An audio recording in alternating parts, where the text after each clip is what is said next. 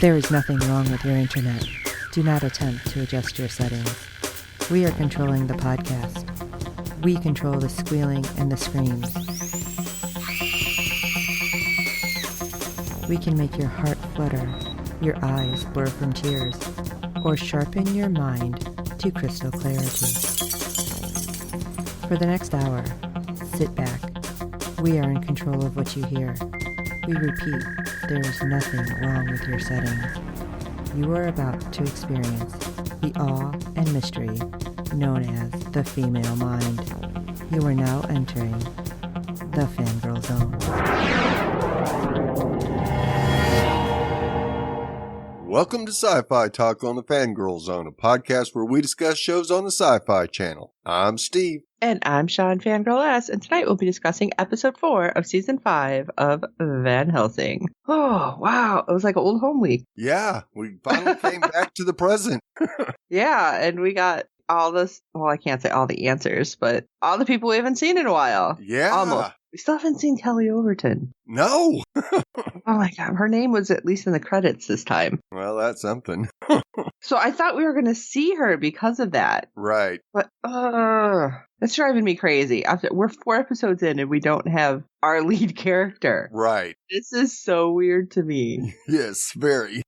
But I thought it was pretty good, and we got a lot of stuff happening, and I got a little nervous at the end, which I'll talk about when we get there. But do you have any ratings news from the last episode? Or has it been weird again with the ratings? Well, no, they're out there, but it's so bad. It's I think we've been getting about 200,000 viewers, so it's like, yikes. Yeah, it was, episode 1 was like almost out of the top 150. Oh, yikes. Yeah. And I know I'd seen people when we were tweeting about Save Van Helsing, but I thought they had a pretty definite, like we were just doing X amount of seasons anyway. That's very possible that it was like I was pretty sure they had an arc. Yeah, 5-season arc. Like, because, some things, if you go too long, it just gets really convoluted. Although we're in episode 4 out of 13, and I'm like, hold on a second. Things are kind of weird. But anyway, why don't you take us into the episode, Steve? All right. Episode 4, State of the Union. Axel and Julius wake up in the Sunshine Unit, where they learn the truth about their injuries. At Fort Collins, Violet and Ivory must persuade their kidnappers that they are not traitors. I wouldn't say kidnappers, but people holding them right against their will in chains. But we're going to start with Sunrise Unit as we see Axel waking up inside this Sunrise Unit and pulls an injection from his leg. Well, how did I not notice him pulling something out of his leg? Oh my God. And probably because I started tweeting. Yeah. And he wanders into a room where he hears a noise and reaches for his gun, which isn't in its holster. That's not good. Like he thought he was going to wake up somewhere with his gun. Like, nah, you know what? Probably not. Yeah. So he grabs a crutch. Like, that's going to help. But where he is, that's probably the only thing he could use. But he finds Doc, who tells him to grab a mask and help her stabilize Julius, who's on the floor with an oxygen mask on and several cuts to his midsection. That doesn't look good. No. How the heck did she get them in there? Yeah, she had to drag him in, I guess, and that's... Julius is an awful large human being. He's a big dude. Yeah. And Doc's a small woman. Yep. Later on, we see Julius is now on a gurney as Doc works to try to save him, and Axel informs her of the growth of the Van Helsing lineage. Have new sisters, and Axel tells her that they need her help with the Dark One, and they need to get to Fort Collins. And Doc says, nope, I can't leave.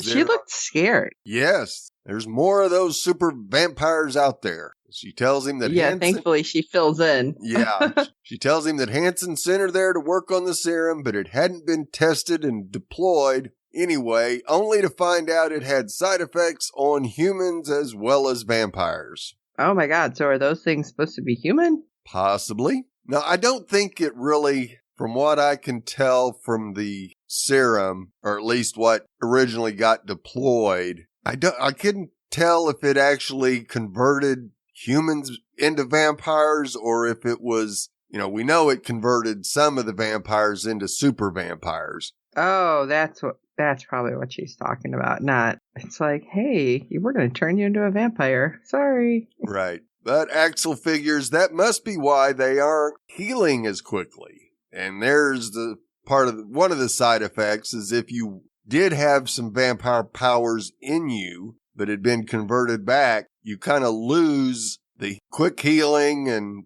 probably some of the super strength. And Doc tells him that they got attacked and they released the serum into the air. It killed off 95% of the vampires, but the other 5% turned into super vampires. And all I thought was, great, they made Reavers. Right. Because I was like, no, what's happening? She goes on to say one got inside and it was chaos, but she couldn't run because of the serum in the air, because she was a vampire once upon a time as well. Well, Axel wants Julius on his feet as soon as possible as they have to get back to Fort Collin. Well, that's impossible, Doc says. And Axel drops the bomb on her that Jolene is alive, safe, and he can take her to her. Well, that definitely changed Doc's tune. There's a name we haven't heard for a while. Yes.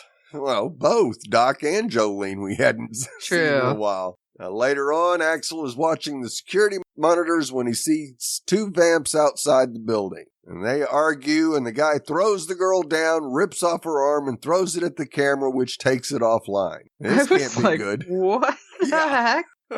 Okay. Gonna rip your arm off, thanks. Yeah. And later on, Doc is working on something while keeping an eye on Julius when Julius wants to know why he can't move. And Doc tells him that it's for his safety and theirs, as she thinks she's got the serum corrected, but doesn't. The way she said it, I thought she was experimenting on him. Oh, basically, because that's the way it made it sound. And I'm like, what is she doing? Did she go bad again? No. Because she seemed a little weird. Yeah. Of course, Julius knows that she's stuck him again and that she knows he hates it, but she tells him it was either that or death. Well, yeah, I think I'd choose the needle over death. Fine. And he asks about Axel, and Doc tells him that he's fine. He's just itching to get out of there. And Julius tells her to leave him behind because Jack and Violet need her help. They're more important. It's like, not going to go over well. Right. And they're going back and forth, and Doc finally says, okay, I'll get you to shut up, as she turns the gas on to his mask. Night, night. This monster. And Doc tells him that Axel told her that Julius never gave up on her, and Julius replies with, it looks like it's mutual. And then we hear an alarm going off, and Doc says she'll be right back and leaves, and she meets Axel in the security room, reporting that it's a perimeter breach, and Axel goes, the door's still closed, so how could it be a perimeter breach? And they wonder if it's a false alarm, and Doc notices it's coming from an air duct, which Doc thinks they couldn't fit into. Yeah, there's no way. Yeah, as soon as she said that. Yeah, and you would think Axel would have said, because he saw the two vampires, and right. The guy, yeah, there's no way he could have fit in there, but when he ripped off the girl's arm, well, that's a little more likely. Right. Later on, we see Axel checking the halls out while Doc is putting her serum on a bullet. I thought she lost it because she was talking, and I'm like, there's nobody there. Right. But actually, Julius was in the room with her as she's doing this. And Axel calls for Doc, and she puts the bullet down, saying, 1 down, 300 more to go.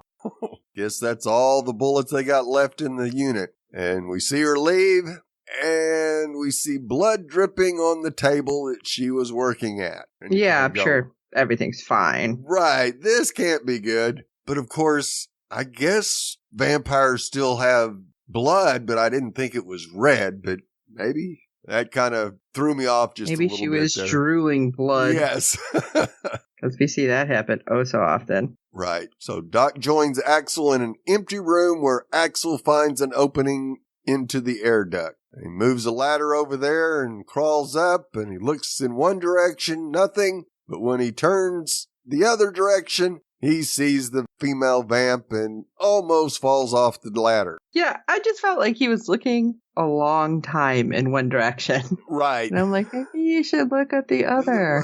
Yeah. And Doc stops Axel from using a grenade, telling him that there are gas lines everywhere. And I just love Doc and Axel and the back and forth that they have. The whole episode was just greatness between those two. Mm-hmm. And she leaves, telling him she's got a bullet that needs testing. Oh, great. Leave me alone with the vampire. Thanks a lot. So Axel follows the sound in the air duct and fires a couple of bullets into it, causing the vampire to fall out as he runs. Well, it's not like that vamp was getting very far. Or very fast. Yes. I don't know if he noticed it didn't have a second arm or not. I didn't notice for a while it didn't have legs either. Right. And the vampire makes it to the hand reader, which opens the outside door as Doc and Axel come face to face with the super vampire. Oh, this great. Is not good.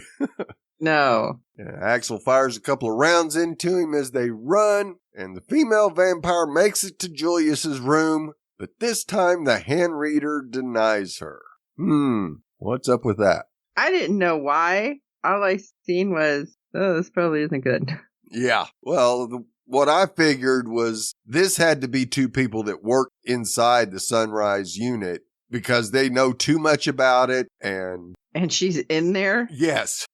Like in the reader, which I still thought was weird. It's like, why wouldn't you have like taken her off or something? Right. Well, I have a feeling these are probably a couple of the last two that got taken in that one attack. And so I guess Doc didn't realize. Oh, maybe Doc doesn't know how. Right. So as Doc and Axel hide, Doc tells Axel that they will try to lure them into a trap because she knows who it was, as he was the one that got them into this mess. So he happens to be the doctor that demanded they release the serum into the air.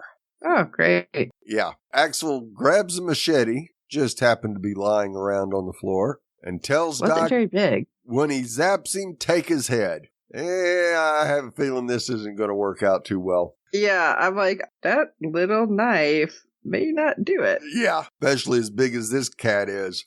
Axel climbs up into the pipes and locates the former doctor. He jumps down, grabs an electrical cable, and gives the supervant a shock, but Doc is just a tad late and doesn't quite get through the neck. So they run into another room where Doc says nothing can get in and breaks the hand reader as she closes the door. Yeah, and I'm like, never say that, because that's always when bad things happen. Yes, absolutely.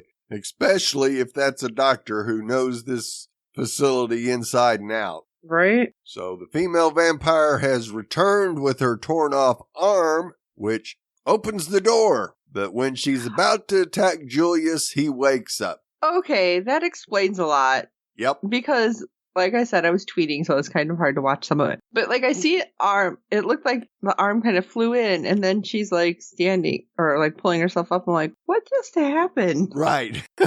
Yeah, she went and got her other arm because it was that hand that she needed to get access to the room. And we see that the ex-doctor is not a stupid person as he swaps the oxygen line to the room for carbon dioxide. And Doc sees the supervant switch the line, so Axel decides he's going to rush it so Doc can escape. And Doc won't let him do it as she grabs his grenade and telling him he'll be safe in the room. No, he won't. If you go out and blow yourself and the super vamp up, he's still got that CO2 pumping into the room.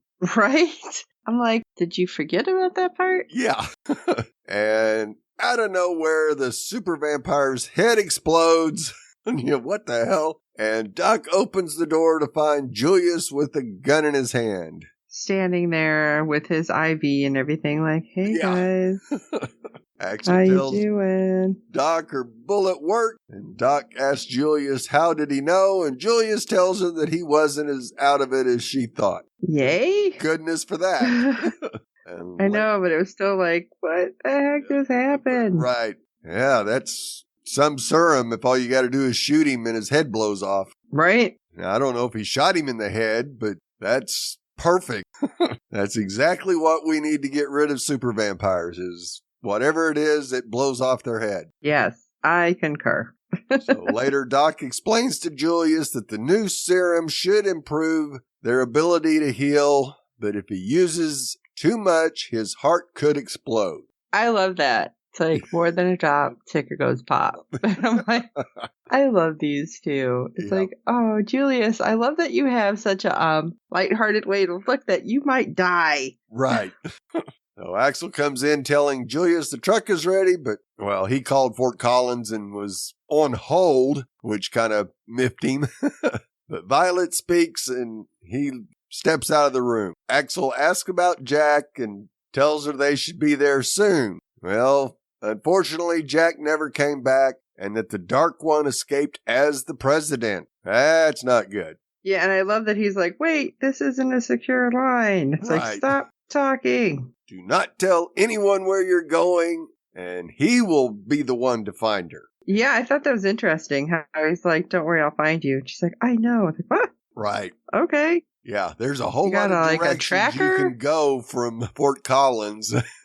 Right. He also warns her of the orange powder out there. We see Doc pack up the treated bullets, and Axel tells Julius that they have to move, as there's a change of plans, and he'll tell him about it in the truck. And then he asks Doc if she's coming, and she tells him no, that it's the end of the line for her. I know, and this is like, what did she do? Right. I was like freaking out, like something was going to happen. Right. She gives Julius the box of bullets that she made and tells them to use them sparingly. Doc tells Axel it's been a good ride as they hug because he told her where to find Jolene. Aha! That's why she's not coming along. And then we get Doc and Julius nacho cheesing each other and they hug and she tells them to go. I was like, oh, it's so sweet. And I still don't remember the nacho cheese thing. Right. But I'm like, it was really sweet what was happening. They were together. It's like, oh, okay, what's going to happen? But I really thought Doc was going to kill herself. Right. But no, I got worried because she seemed so odd. Right. Yeah, it was hard to tell what was going on in Doc's head through most of the episode. Yeah. Yeah, I don't think she felt real good about herself. I know at one point in time, she tells Axel that she couldn't save everybody. And so that probably was weighing on her because of what happened in the past. That just brings up old wounds for her. And yeah, you would think with as much as both Axel and Julius emphasized that Violet and Jack need her to fight the Dark One, she would have been, okay, well, let's finish this. But nope, she decided her heart needed to have some time with Jolene. So we go check out on Fort Collins, where Violet is being tortured with a shock stick while being asked by Sergeant Weathers, a.k.a. Luvia Peterson. Yay! I was going nuts because I couldn't figure out who she was. So I know, me too. Message me. Yeah, I tweeted out, I know that voice. Because I'm like, I don't remember that face. I mean, I remembered the face, but I didn't remember the face in regards to this. Right, so yeah. Different hairstyle and in an army uniform and everything. So, yeah. Fortunately, Wormhole Writers let me know that it was Luvia. And Violet tells her that it isn't the president. It's the ultimate vampire that can make herself look like anyone. Well, of course, Weathers is being a military smartass and asks, where is the real president? Which Violet replies is probably dead. And Weathers opens a couple of drawers. Nope. President? Nope.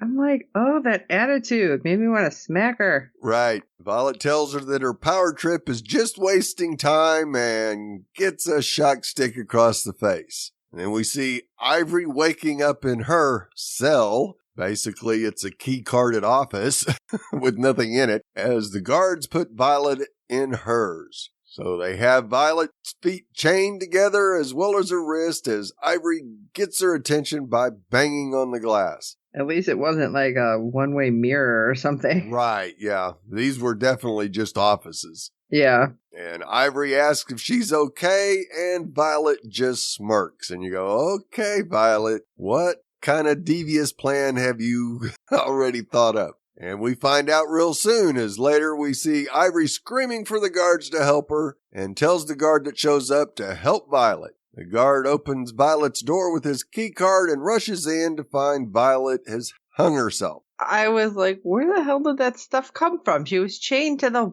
floor. Right. She just grabbed the drapes. Yeah, it took a minute for me to realize that. I'm like, what? What just happened? And as he tries to undo the noose, we see Violet's eyes open and more guards come running. Weathers and 2 other guards enter, and Violet tells them one more step, and the guard she has the noose around his neck is a goner. Well, unfortunately, that guard was a Black Tech employee, which Weathers thinks are traitors, and she would be doing her a favor. I don't think that was what Violet was hoping for. No. Like, ooh, so close. Yes. Well, Violet lets him go, telling Weathers that she can prove she's telling the truth if she would just let her show her. Well, Weathers informs her that they are to be executed later today by decapitation on the president's orders. Weathers and the guards leave, and Violet pulls the key card from her sleeve and tells Ivory it's time to give that bitch a wake-up call.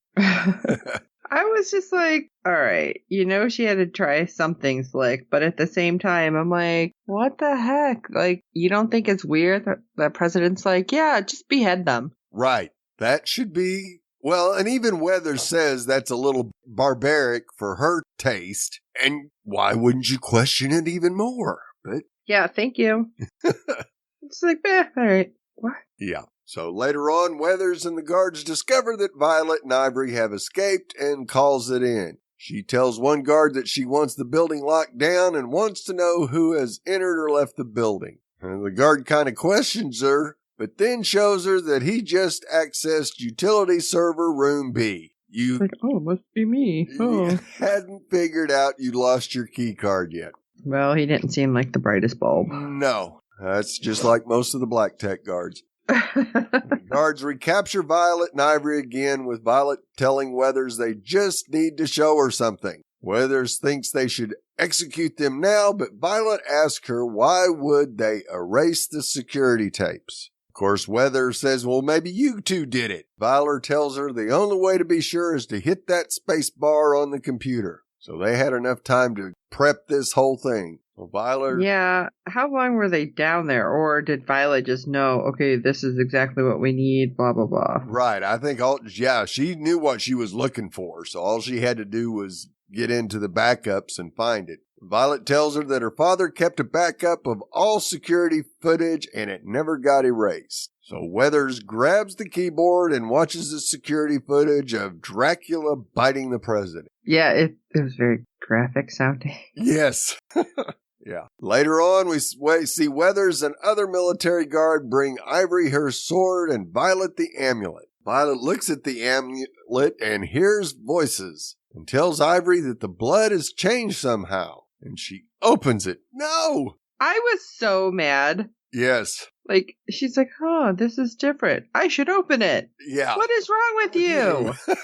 And when Ivory sees the dark smoke escaping, she rushes over to close it. Violet apologizes for not being prepared and tells Ivory that the only time she saw smoke like that was when the Dark One rose and wonders if it's a piece of her. Well, of course it is. Violet, come on. I wonder what that could be. Yeah, and she wonders how a piece of the Dark One got inside the amulet, and Ivory tells her it's impossible, except time travel. Well, we know what happened. Yeah, Weather comes in and tells them that the execution story wasn't bought and there will be boots on the ground in 4 hours. Violet thanks her, and Weather tells her that if some demon has the nation under her thumb, it's time to cut that thumb off. Yay? Yeah, personally, I would have loved to see Luvia join our Scooby Gang.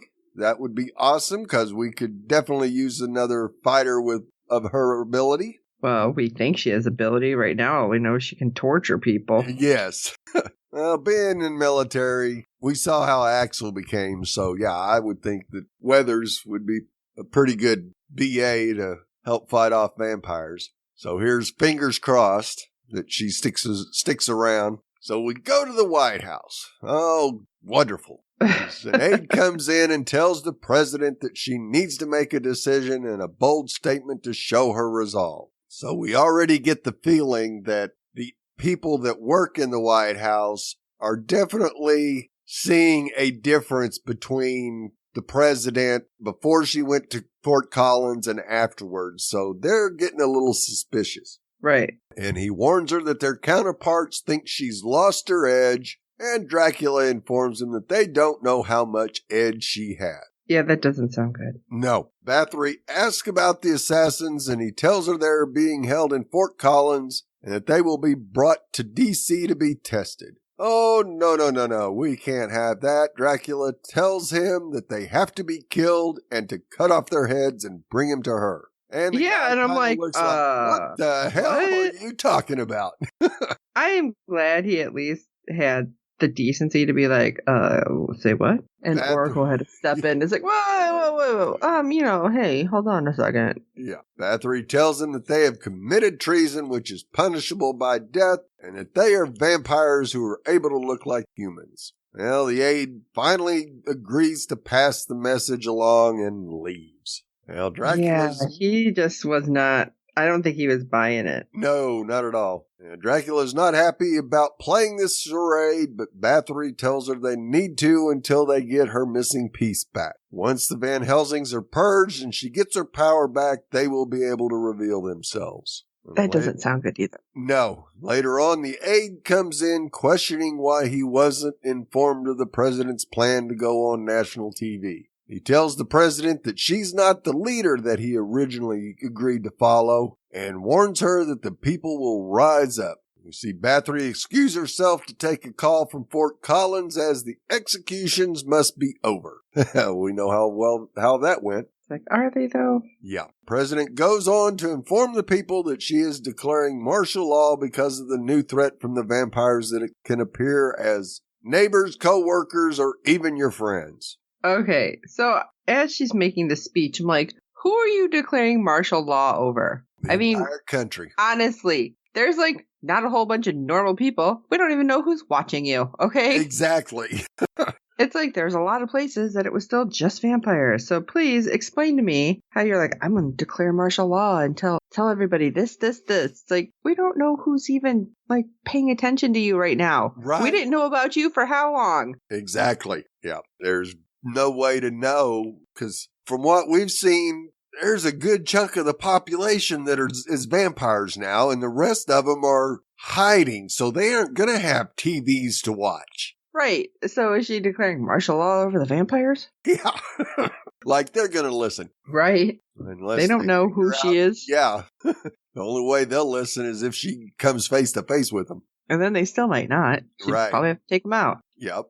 After the speech, we see that Dracula and Bathory feasted on a couple of the staff, but Dracula tells her that it didn't give her the strength she had hoped it would, and not until she's whole again will she have her full strength. Well, let's just hope that doesn't happen. Bathory tells her they will find what has been lost, and she will have it delivered along with the Van Helsing's heads. I have to say, though, I thought it was great that they're, like, sitting there, like, and kicked off their heels. It's like, see, even vampires don't want to wear heels. Exactly.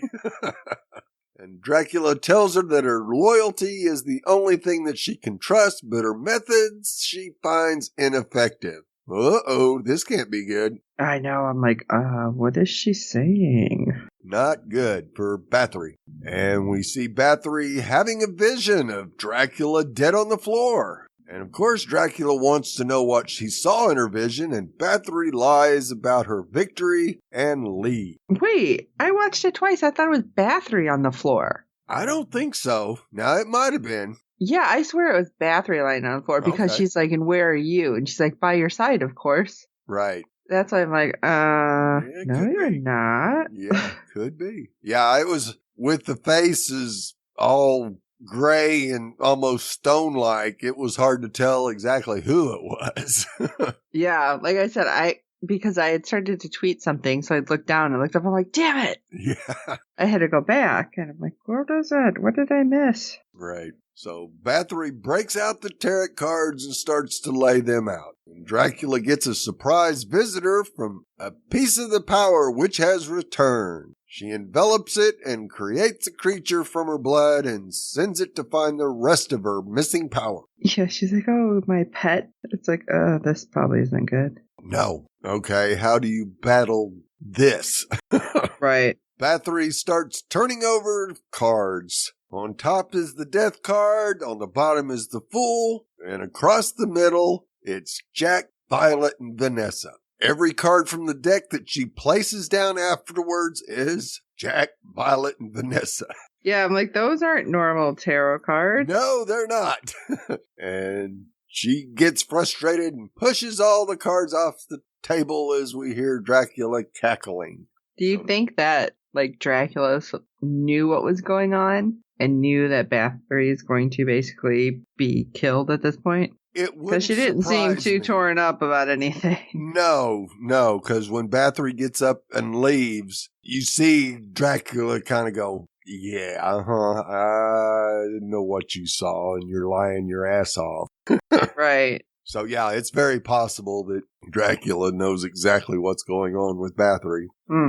Unfortunately, I was hoping to maybe somehow save her, bring her back to being a vampire hunter, but I don't know. We'll have to see. So we go to Loveland now, where Jolene is informed that the last bus is loaded, and the guy tells her it's time to go and reminds her that she said it wasn't safe there anymore. And she looks back for a moment, and when she turns to leave, she sees Doc. Jolene tells her that she found her. Doc tells her, no, I never lost you.